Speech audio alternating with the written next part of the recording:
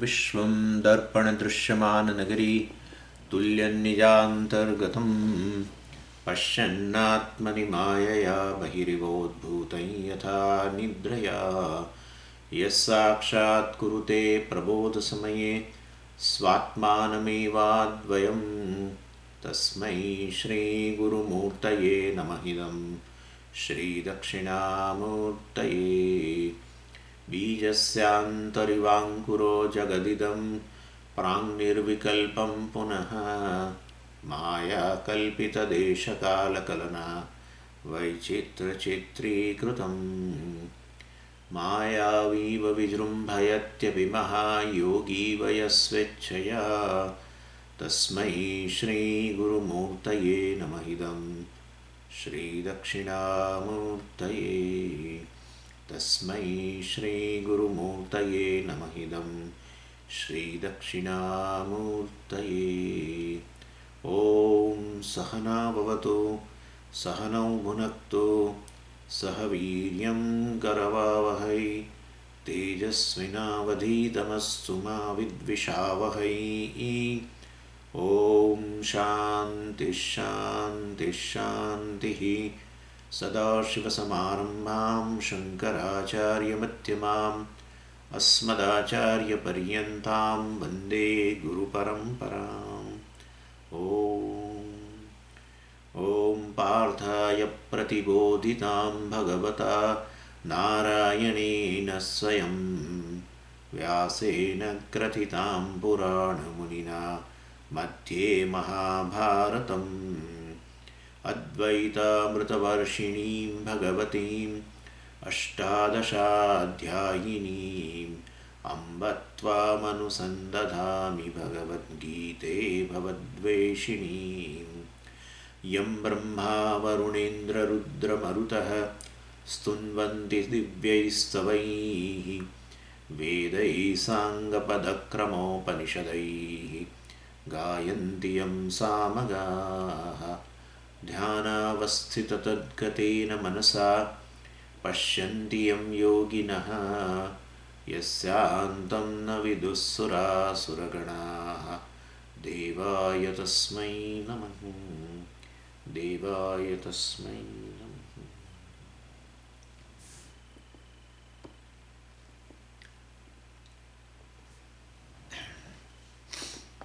Verse 24. अच्छेद्योऽयमदाह्योऽयम्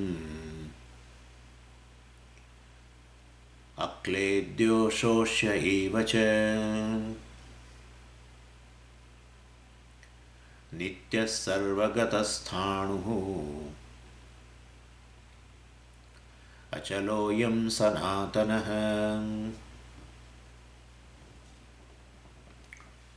So we saw in the last class that there is a doubt from the previous verse what Bhagavad said, Nainam chindanti shastrani, Nainam dahati pavakah, etc.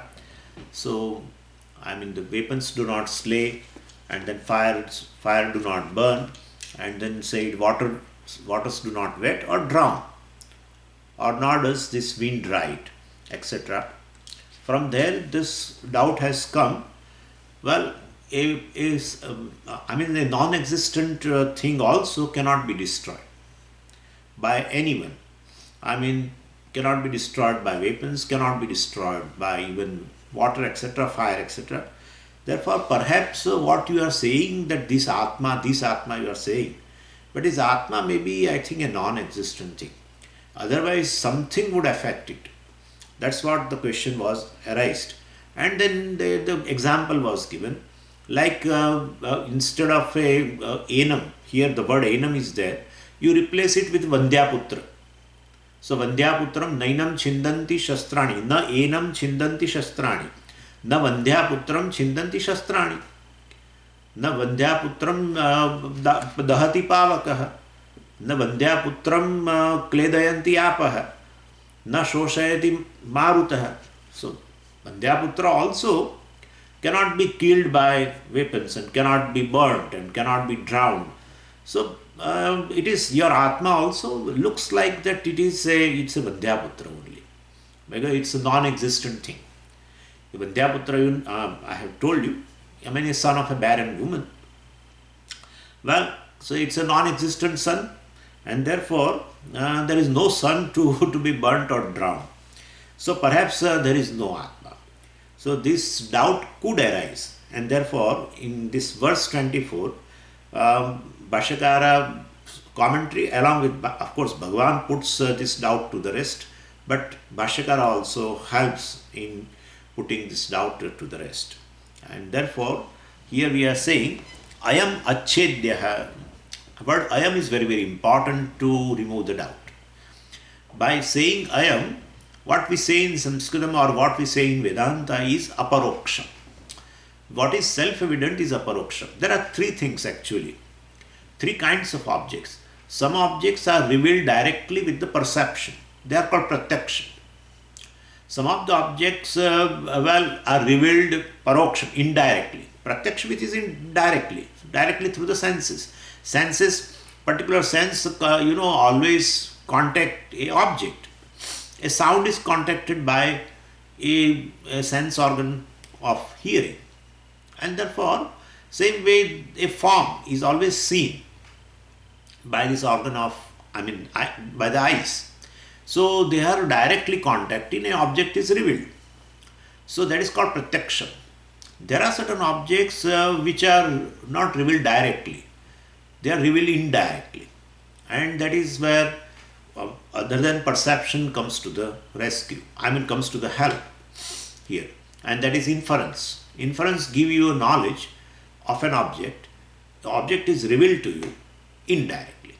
And that is like fire, etc. We always talk about that there is a smoke you see on the mountain. You are not able to see the fire directly through the eyes. You are seeing only smoke. But you get a knowledge of get a knowledge of a fire. So fire is revealed to you indirectly. That's called paroksha jnanam of fire. It is not pratyaksha jnanam. And there is a third thing also. Neither pratyaksham nor paroksham. And that is Atma. Atma is something for which you need not have to use any means of knowledge. Neither even senses, nor based on senses, based on sense perception, inference and presumption and words and nothing. But words of Veda, which of the previous, the first section, that is Karma Kanda.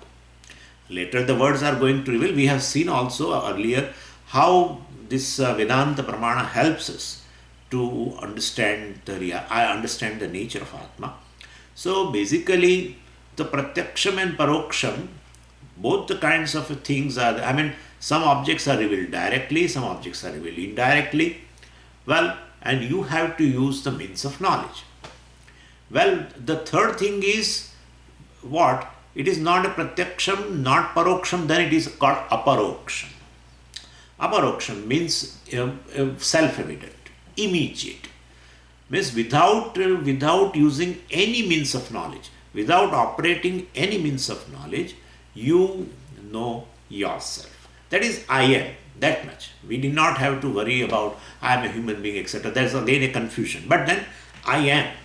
For that you have not used any means of knowledge. In fact, if I am there, then only I will operate or I utilize the means of knowledge.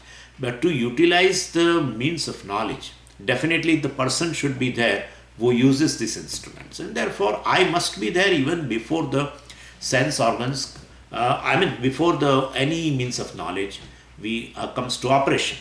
And therefore, I am the one who doesn't require, who is evident, self-evident, which doesn't require any means of knowledge for its existence to be proved. That Atma is called Aparoksha. And so Atma alone is self-evident. Other than that, all the things, either they are revealed by senses directly, or they are revealed through other means of knowledge called inference, presumption, etc., etc. So otherwise they are not revealed. If you don't utilize a particular means of knowledge, you won't get the knowledge. An object will not be revealed to you. And but Atma is one which is revealed without any means of knowledge to be used in that. So that is how this self-evident. Everything is evident through the means of knowledge, and self is something which is evident as it is without any means of knowledge, use of any means of knowledge. Doesn't require any means of knowledge to prove its existence. That means what? Atma must be self-existent. Every other thing, every other object's existence you come to know by using means of knowledge. Right now a mobile is there. So I say mobile is. Mobile's existence is proved by means of knowledge, right? And therefore mobile is revealed to my eyes, definitely. When the person, the knower, utilizes a means of knowledge called eyes, and then I can say, yeah, the mobile is revealed to me. Or you can say mobile is now. You say mobile is. So existence of mobile also is proved through the means of knowledge.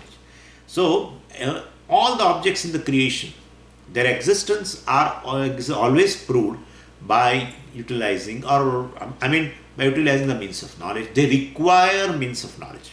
That's better. They require means of knowledge in order to prove their existence. Entire world, including body, everything. Body, mind, sense, complex, everything. Okay, Swamiji, body is directly perceived. Yeah, it is directly perceived, but you are perceiving through the eyes, you are feeling it through the sensation or smell, etc. Or some of the perception, I have told you also yesterday, there is another perception where you don't use the senses. It is called witness perception, sakshi pratyaksha. Like time and the space and emotions and the pain in the body, etc. All these things are basically sakshi pratyaksham, where you perceive something directly, means you perceive minus senses. You perceive without using senses. Well, those kind of things are also there. But that may be Atma. No, that is not Atma. That is these are the objects you are aware of. You are aware of the pain in the body, you are aware of the emotion in the mind, etc., etc. And so you are aware of time, and therefore that is not Atma, that is Anatma only. But question is, there are two types of perception. Well, either of perception means either you have to utilize the sakshi, bring the sakshi into the picture, or you have to utilize the means of knowledge. Either senses or based on senses, sense perception, all that inference and presumption and arthapatti and anupalabdhi and etc., all these means of knowledge, they are required to prove the existence of the objects. Otherwise object cannot say I am there. Even if you don't use a means of knowledge and still object says I am there, it won't be there. And therefore, but there's knower basically, which is in terms of I am, that's all. I am is not revealed by, is not revealed by the senses. It doesn't require. Therefore, the Atma is called self-evident. For the self-evident, Bhagavan wants to indicate Atma is self-evident, self-existent. Don't think non-existent. And for that, Bhagavan has used the word Ayam. Ayam means this. This means which is immediate, which is aparoksham. This is how it goes. And so Atma is self-evident, self is self-evident, and everything is evident to the me. And so I am is proved without perception, without inference, without scriptures, without even who goes to the scripture. I study scripture. That means before you start even scriptures, you must be there. At least a conscious being must be there to go to the scripture, to go to the teacher, to inquire into the scriptures. So basically, I am is that much is even without Shabda Pramana also, without the means of knowledge in terms of words, or without senses, without inference, everything is I am there before all of them. So because I am, I can infer. Because I am, I can see. Because I am, I can hear. Because I am, I operate these words, etc., etc. So I am is a self-evident, and Because I am, all knowledge is possible. The knowledges are different depending upon the means of knowledge, but definitely all knowledges are possible because I am there, who is self-evident. And therefore, don't think that Atma is something non-existent thing. Atma is something which is self-existent. It is there all the time. There is no question of a non-existence. It is self-existent, it is there. It is timeless, all the time it is there. And it is self-evident, is called Swatah Siddha. In Sanskritam they call like this, Swatah Siddha. Swatah means on one's own, and Siddha means evident. So ayam is a very important word, and so Bhagavan has used ayam achedyaha, ayam akledyaha, etc. Achedyaha means na chedyaha. Chetum yogyaha chedyaha. Chetum yogyaha. Chetum yogyaha means we are able to, cut asunder or slay. That's called chedyaha, like a wood. You can cut with the axe, etc. So that's called chedyaha. Kashtaha chedyaha, we say. Kashtaha. This wood is, we are able to cut it. And therefore, like that, Atma is not chedyaha, achedyaha, akledyaha. Same way, kledyaha, etc. also can be understood. And here, so of course, Nainam Chindanti Shastrani has been told, but since the doubt has arisen, so Bhagavan has just repeated achedyaha, akledyaha, ashosyaha, adahyaha, etc., etc. And therefore, it is not object of, Atma is not an object of any destruction, any type of destruction. And means Atma is not a zero, therefore Bhagavan has used the word, this ayam. Now, in the second line, Bhagavan says, Nityaha sarvagataha sthanuhu achalaha ayam sanatanaha. You can take ayam in the beginning itself. Ayam nityaha, ayam sarvagataha sthanuhu achalaha sanatanaha. These words we will have to explain. Of course, all these most of the words have come, nityaha, etc. But since Bhagavan is repeating, and this is almost, I think this is the 24th verse, right? Almost Bhagavan is completing the nature of Atma in verse 25. So, the real Sankhya Yoga, the Sankhya means here Atma Jnanam. So, the establishing the nature of Atma is between verse 12 to 25. That's the main portion of this second chapter. From there only the name Sankhya Yoga has come. Anyway, so anything that is so Bhagavan has said Nitya. So anything that is Anitya is always time bound. And Atma is timeless. Why? Because without time, if you are able to exist, then definitely you are timeless. You don't require time to exist. And therefore you are timeless. And that's your own experience also. And we have discussed this. So it is timeless. Then Sarvagataha, all pervasive. We can very well say what is Nitya, what is timeless, is all pervasive. Anything which is time bound cannot be all pervasive. Because which is time bound means which is born and gone. Born and gone. That is what the time bound. What is born and gone definitely cannot be all pervasive. It comes in time, goes in time. What comes and goes cannot be all pervasive. And therefore, all pervasive means it has nothing to go, nowhere to go, and it cannot come, because where it wants to arrive at, it's already there, being all pervasive. And therefore, automatically, what is nityam, what is timeless, is all pervasive. What is anityam cannot be all pervasive. Sarvagataha means sarvavyapi. So that is Atma is sarvavyapi also. Even space is not all pervasive, because space is all when you can say space is all pervasive, with the reference to the world, definitely, because space pervades all the objects, but it does not pervade the Atma, because in consciousness there is no space.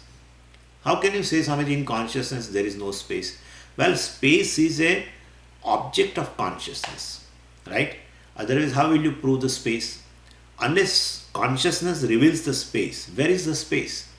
And therefore, consciousness is an object of space, and consciousness is a subject, and therefore space cannot exist in consciousness. Like I am a subject, I am a knower, and there is a window which I know. It's an object of my knowledge, right? And then how a window cannot exist in me? Knower known difference must be there. So, but Swamiji, you are saying on one hand consciousness is all pervasive, and you are saying now the space is not in consciousness. If consciousness is all pervasive, it has to even accommodate the space. Yeah, that's correct. That's very much correct. But right now we are negating, and therefore we are saying that. I have told you this, after negating everything, you have to accommodate everything. This is Vedanta. If you keep on negating, it is not Vedanta. Once you negate and then you cover everything within you, in your limit, you have to cover everything because you are Brahman. You are just Brahman, and therefore you have to cover everything. Then why to negate? Because what you are negating, you are considering that only alone as a Atma. Therefore, after negating body, mind, sense complex, ultimately you say you are consciousness, right? They are all objects of consciousness. And then after saying that, you say now this body is consciousness. Then why you are negating? But not this body, other bodies also. So-called inert bodies and live bodies, all are within the consciousness. So that is the difference. That's a big difference. So once you negate that you are not this body, your dimension is gone. You are there, but your dimension is not there. And so without dimension you are. And you are there without any dimension means what? You are all pervading. That is where the Mahavakya helps you. Tattvamasi, etc. helps you. Aham Brahmasmi helps you. Definitely in that sense. Once you negate and you say you are consciousness, then you definitely the question is going to come in your mind. What's the dimension of consciousness? Well, then we say it is all pervasive. Because consciousness has no limit. In fact, the space is an object of consciousness. And without space you exist. Without time you exist. You are independent of time and space. Then what is your dimension? And therefore, and if space is an object of consciousness, I mean you pervade the space. Well, tomorrow morning I will, if I can take the space meditation, I will see that into that. And not that, even other way also, I think we have to talk about this, even the other objects also. I say object of consciousness, and therefore consciousness pervades that object, etc. Well, I think in terms of meditation also we'll have to see that. So we'll do that. I mean, in writing we'll do that. So space is all pervasive. That's correct. But with respect to world, that is okay. But so far as the consciousness is concerned, space is not in consciousness. In fact, consciousness pervades the space. And whenever the space is, consciousness is. I mean, the space is pervaded by consciousness. Wherever the consciousness is, space is. You cannot tell. Wherever the consciousness is, space is. We cannot tell. Where? Because in deep sleep state, well, you are very much there without space. And therefore, you are very much there in deep sleep state. Time is also not there. And therefore, basically, time and space are revealed by you. And therefore, you are independent, not the time and space. And therefore, you are timeless, you are spaceless. Spaceless. I mean, that is why we say Atma is Sarvagataha. Atma is in reality all pervading. The Sarvagataha word really is a lakshana of a Brahman, not of a Akasha, not of a space. Then Bhagavan says Sthanuhu. Sthanu. Stha dhatu you know very well. Stha means sthatishtati. I mean it stands. Means Atma cannot move. Sthanuhu means Atma cannot move. How can it move? You know very well. Because it is Sarvagata. So you know the first word becomes a cause for the next one. The next word becomes a cause for the third one. So they are linked. Since it is Nityam, it is Sarvagata. Nityam means it is timeless. Well, if it is timeless, definitely it is all pervading, because what is time bound comes and goes. Born, gone. Born, gone.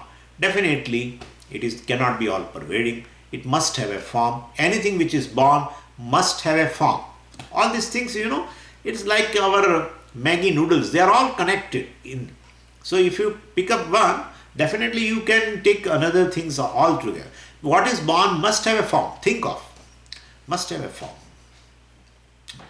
And therefore, here, space is also born as per Upanishad. Where is form of the space? Yeah.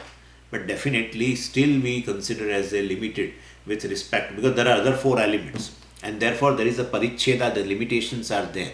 So we cannot think of this form of the space, but it is limited. And therefore, and that way, definitely the formless thing, which is not born and which cannot go also, is Atma alone.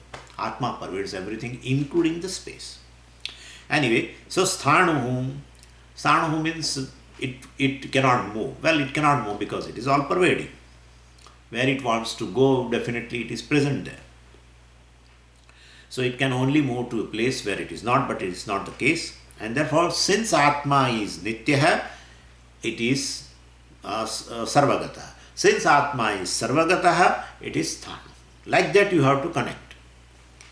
And okay, it doesn't move, it is always the same, everything is okay. But perhaps Atma may be like a tree. Tree is called, Sthavaraha. Sthavaraha means what? It stands at one place only. Stha dhatu means to stand. So it is at one place. Doesn't move. Cannot go. But remaining at one place, it can sway like tree. So same way, perhaps Atma also is like a tree. And it always remains at one place. But remaining there, it can sway. No. Achalaha. Achalaha means na chalati. Even it cannot sway also. So sthanu, since sthanuhu and achalaha indicate, give a different meaning. So sthanu means it doesn't move, and achalaha means it cannot sway also. Well, it cannot sway. Atma is all pervading. So limited thing is there, it can sway from one side to other side. Atma being all pervading, where it can sway. It's not possible. And then Bhagavan says Sanatanaha. Sanatana means all, it which remains all the time same. No change at all. That's what Bhagavan has used the word Puranaha before. So you can consider this Sanatana, you can take that way, Puranaha. Pura eva navaha Puranaha. Pura eva navaha. Since the beginning, less time, it is new only, ever fresh, no change. Nothing is like that, Mind keeps changing, and body keeps changing in the time, and everything, memory and our senses and our knowledge, ignorance, everything changes. But this is ever fresh, new, no change at all. That's called Sanatana. Why? Because it is not affected in any way by anything. Atma is always the same. That is how. Because otherwise time affects, on the atmosphere effects, and so many things. All the things are when they are born, they are new, but later they are affected by time and other factors, and therefore it becomes old and it dies away also. Whatever here also you can think of, since Atma has no parts, Niravayava, and therefore it remains ever new. Well, knowing Atma in this way, there is no reason, Bhagavan says, we have to add all the time. Whenever the verse is about, when verse completes, we have to add this much. Because ultimately we have to connect to the base of this Bhagavad Gita, where Bhagavan started teaching to Arjuna, because he was grieving. So we have to connect that every verse Bhagavan is teaching to Arjuna and showing that there is no reason for you to entertain the grief. But perhaps Arjuna may say that I do not cry for Atma, I am crying for Anatma. Now he is slowly coming to that. I am crying for Anatma. I am crying for the body, etc. Then Bhagavan would definitely ask, why would you cry for Anatma? Well, because it is always anityam, changing. Anatma is always going and you cannot stop it, even if you want to stop it, and therefore, Atma is nityam, there is no way to destroy it, and Anatma is something you cannot stop destruction. Atma is something you cannot destroy, and Anatma is something you cannot stop destruction. And therefore, for what do you grieve, Arjuna? Bhagavan is as though asking. So there is no room for grief. Ashochananda Shochastam we have to add everywhere. So there is no room for grief at all. Bhagavan is describing the nature of Atma just to make him free from the grief. So there is something to be done, you do it. I mean, you in front of you there is somebody has come. Okay. So, I mean, you are required to fight here, and therefore fight. Please get up and fight. So Bhagavan is refraining. I mean, means there is no, Bhagavan is saying there is no reason for you to grieve. There is no reason for you to grieve, etc. He is refraining as though in every verse. Sometimes he refrains even in the verse itself. Sometimes we have to supply it. Verse 25. Avyaktoyam achintyoyam avikaryoyam uchyate tasmadevam viditvainam nanushochitum arhasi. So, ayam avikaryah. See, Bhagavan has used again ayam. This Atma is avyaktaha. The first thing is this Atma is avyaktaha, unmanifest. Ayam achintyah. This Atma is not object of a thought. Ayam avikaryah. This Atma is not subject to change. Vikara means a change. And then says uchyate is said. It's not subject to change, not subject to, not an object of thought, it's unmanifest, etc. is said, and therefore tasmat means therefore evam evam enam viditva anushochitum na arhasi. Evam, thus enam atmanam, this Atma knowing like this, viditva anushochitum. Anushochitum means to grieve. Na arhasi, I mean you ought not to grieve it, etc. So this is the translation. So we have to start with the first thing is I am avyaktaha. Vyakta means all Vyakta. The word Vyakta refers to what is manifest, what is available for perception. The objects which your senses can contact, those things are called Vyaktam. And so an object of a sense organ basically is called Vyaktam. And what is not manifest, well, not an object of sense organ, is called Avyaktam. So Atma is not an object of senses. Very well said. Ashabdam, asparsham, arupam. Ashabdam, Atma has no sound. That's what I told in the morning. Atma is silence. In fact, you are able to distinctly listen all the sounds. Itself proves that you are silence. If Atma has its own sound, you are not able to listen. That's how it is happening. Sometimes something which is nearby, I mean some record, etc. is going on. Then I can't listen what others are saying to me. So if Atma has a particular kind of a sound, then Atma cannot distinctly hear any other thing. But you are distinctly hearing everything. A particular sound arises and goes. A particular sound arises and goes. And well, you are just consciousness which is silence. It's a beautiful thing. People want silence, basically. Shanti, peace they want. They are searching peace, but their nature is silence. In fact, even if you want to disturb yourself, you cannot be disturbed. This is your nature. That's how it is. This is how your nature is. And nature means which cannot go. And therefore you are sadaya shanta. You are all the time silence. All the time. Anyway, so ashabdam, asparsham, arasam, nityam, agandhavaccha, etc. Kathopanishad also said Atma doesn't have a sound and doesn't have a taste and doesn't have a smell and etc. etc. Doesn't have a form to see and therefore Atma cannot be an object of sense organs, and therefore Atma is called avyaktam, unmanifest.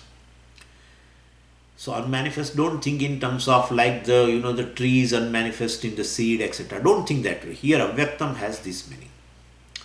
Now okay, if Atma is not an object of a perception or sense organs, well, it is perhaps an object of inference. No.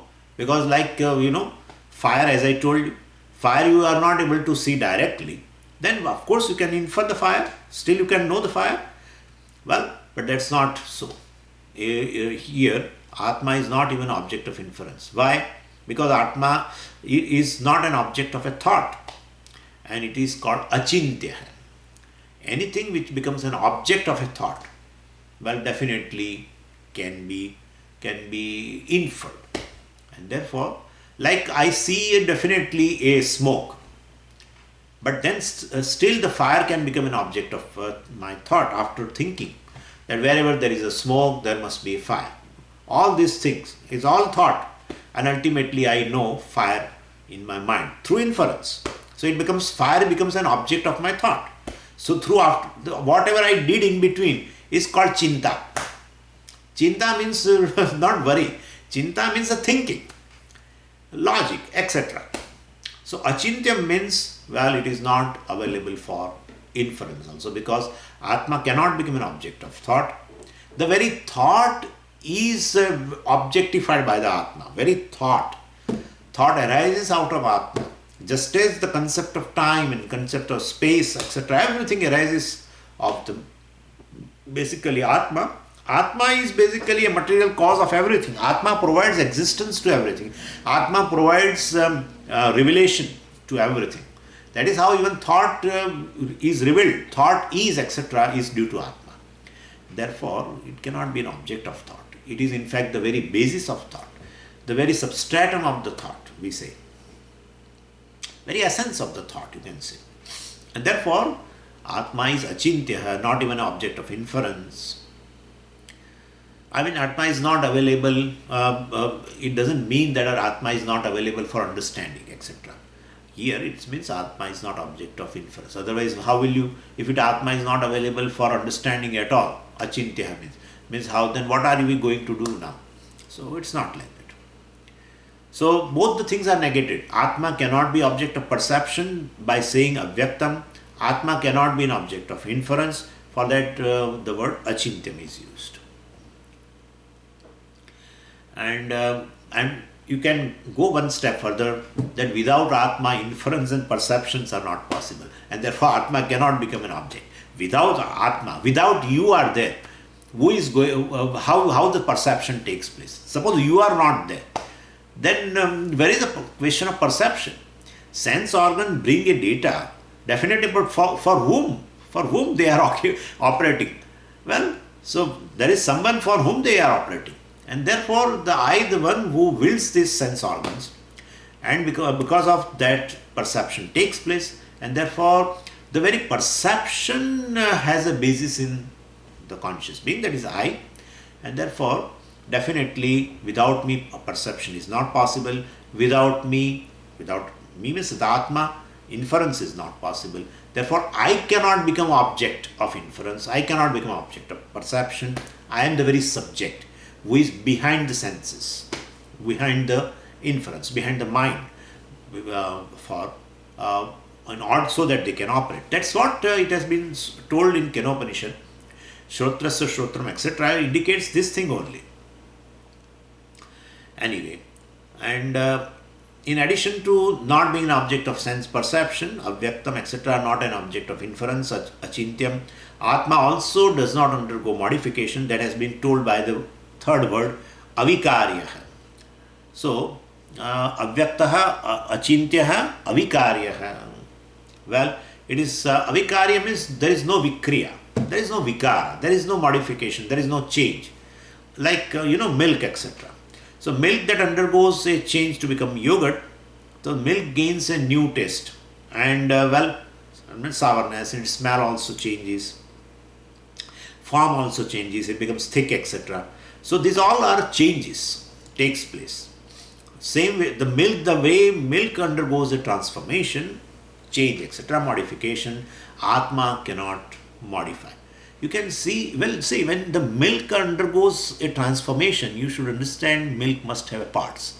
Those parts got changed. So, which is partless? Well, definitely cannot be modified.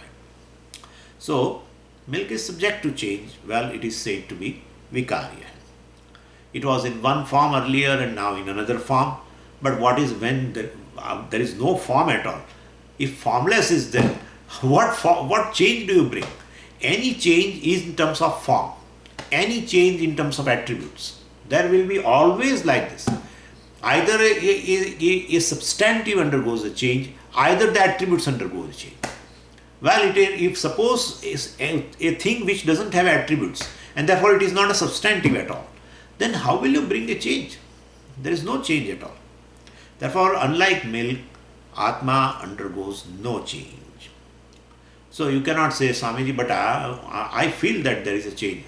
Previously, I was happy. In morning, I was happy. Evening, I became sad, etc. So there is a change.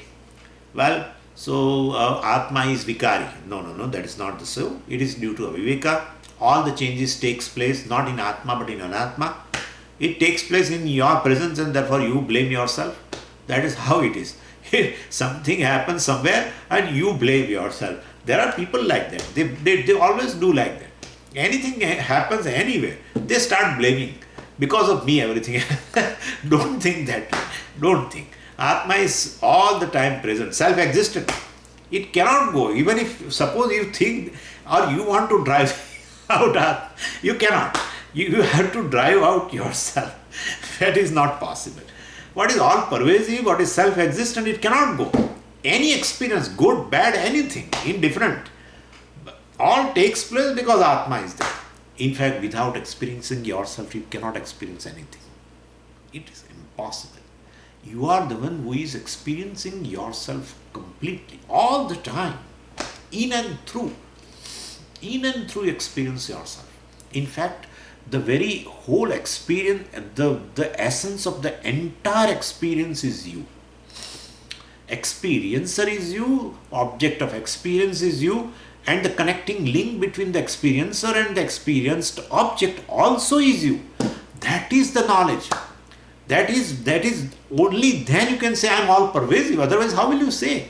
If you say I am just an experiencer, object of experience is different, and the vritti, experience vritti, etc. also is different.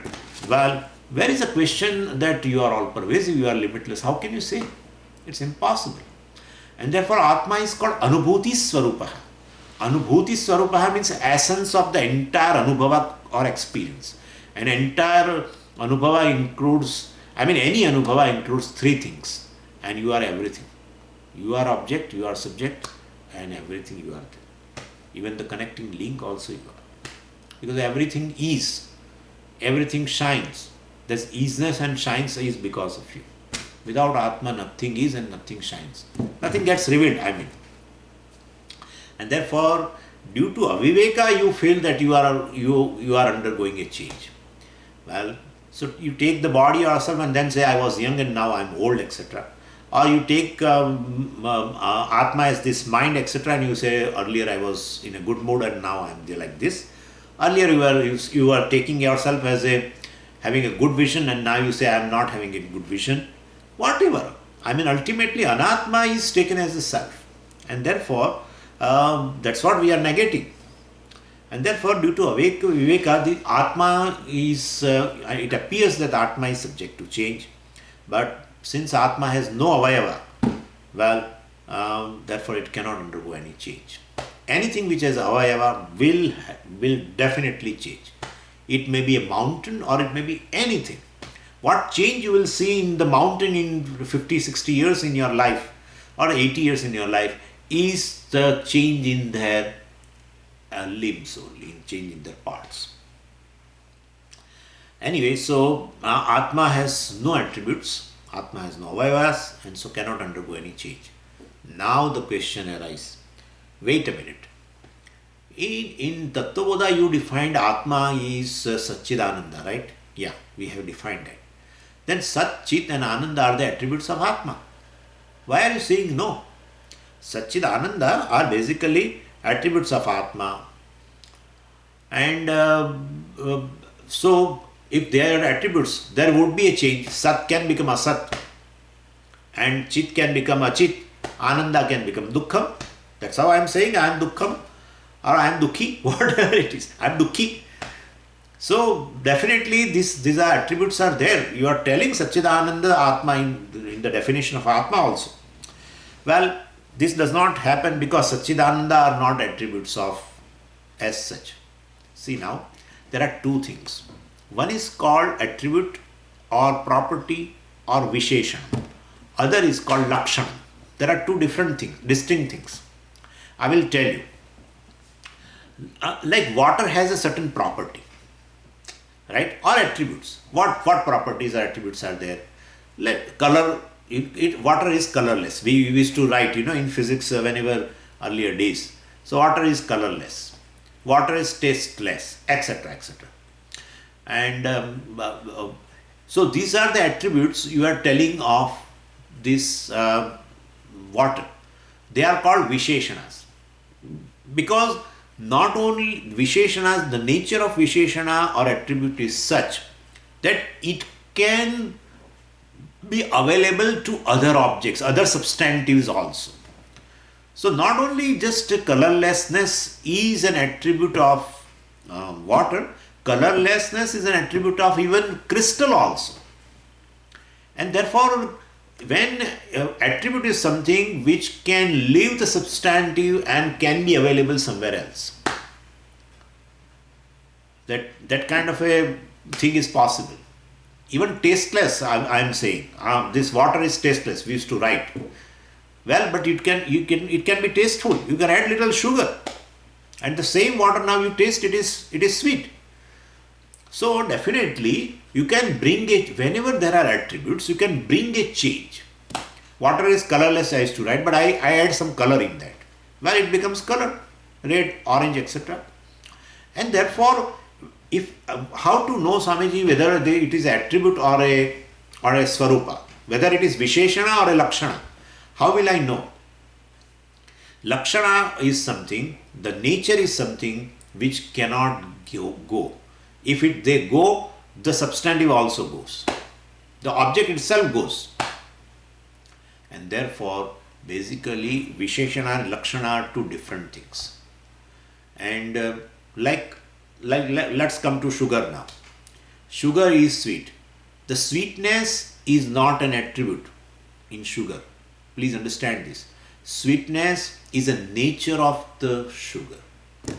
But Swamiji, you are talking about this sugar, but the sweetness resides in mango also. Sweetness resides in banana also. But I am saying wherever there is a sweetness, that is sugar. Don't think of this our crystal sugar or our brown sugar, whatever. I am saying wherever there is sweetness, it may be in a fruit or it may be in a honey, anywhere. The sweetness belongs to sugar. And that's how they have a certain group of sugars, fructose and glucose and these and etc., etc., maltose. Sweetness belongs to sugar, and that's its nature. Wherever the sweetness is, some sugar is present. In fruits, they say fructose is more, and in our sugar crystal, etc., they say glucose is more, whatever. That's not a case. Sweetness is a nature of sugar. Sweetness in mango is not a nature. It's an attribute of a mango. Earlier it was not. Earlier it was very sour. Now it turns sweet. And if you keep it, if it becomes overripe, the sweetness goes. Right? Sweetness goes. And therefore, attribute and this nature or Swarupa are different things. And therefore, this Satchidananda, etc. are Lakshana. They we call Lakshana of a Brahman or Atma. If Sat is an attribute, suppose, then we have to go a little further. If Sat is an attribute, let's say, then what is substantive? What is substantive? Like sweetness in mango. Mango is called substantive. Substantive is something which on which the attributes reside. In which attributes reside. They are it is the ashraya. This mango is an ashraya. So it is called guni, they call. And attributes means guna. Guna always resides in a guni. Guna means this guni is one which is an ashraya of a guna. And therefore, if you call Satchidananda as a attribute of Atma, Atma becomes a ashraya and Satchidananda becomes a properties, etc. or attributes, then what is substantive? Satchidananda or guna? No. Swamiji, Atma is Satchidananda. Then Sat remains in Sat. Atma, the substantive also is Sat. And Guna also is Sat. Sat remains in Sat. How it is possible? Guna and Guni are two different things. And therefore, this Satchidananda is not, they are not attributes. And since they are not attributes, you cannot change anything. If there are attributes, you can bring a change. Definitely you can bring a change. And it can go away from that substantive and goes to other substantive also is possible. That's how we say the particular color of a flower is an attribute. It's not a nature. They are able to extract that color, that's called natural colors. From natural colors in Andhra or some places they make, considering these chemicals, as if on the cloths they dyes, etc. Then they feel that there will be a skin cancer. So instead of using these chemicals, etc., they take away natural colors, natural dyes they call, and from that they make a certain sari or they print with that. So it is there in Nellore nearby or somewhere. They do like that. They extract the colors, that is dyes only, from different types of flowers. So if that color can leave that flower and can come into that particular solution, well, that's attribute. It's not the nature of the color. So we always say a particular color, like red rose, etc. If you are able to remove the red rose, red color, or sometimes it happens you are not able to remove, you don't remove, but the red color fades away slowly, then definitely, that is called attribute only. And that's how attributes and Visheshana and Lakshana, we have to clearly know the distinction between the two. Lakshana is something which resides, which is there in the substance, so long as the substance is there. So that's how even heat and the fire is not a attribute. Heat is not an attribute of fire. Heat is a nature of fire, and that is called Lakshana. So Agnehe Lakshanam Ushma. So Ushma is basically, or that heat is a Lakshana, is not a Visheshanam. Visheshanam and Lakshanam are two different things. Visheshanas can go away from one Vishesha substantive and can reside in something else. Vishesha independently can still be there without that Vishesha. It's possible. So Sat were to be an attribute, then if you say what would be the substantive, you have to tell substantive is also Sat. Well, then it cannot be so. So substantive and attribute are two different things. Even though one is a supporter, other is supported, and therefore ashraya ashrita sambandha is there. Both cannot be one. So Chit also is not an attribute. Sat is Chit, Chit is Sat, etc. And that is consciousness. And consciousness is just a nature of Atma. Therefore, Atma possesses consciousness. Don't say that. Atma possesses existence. Don't say that. Atma means self-existent. Atma means consciousness. Or self-existent means consciousness. Consciousness means self-existent. Consciousness, somebody but give another word for consciousness. Self-revealing. Self-revealing is self-existent. Self-existent is self-revealing. Either way. Sat is Chit, Chit is Sat. And that self-existent, self-revealing is limitless. And that is called Ananta. But here Ananda is there. And we have seen why Ananda word we are using. We have seen already in Tattvabodha. instead of Ananta. Why we are using Ananda? You know now very well, because you drop your limitation in moment of joy.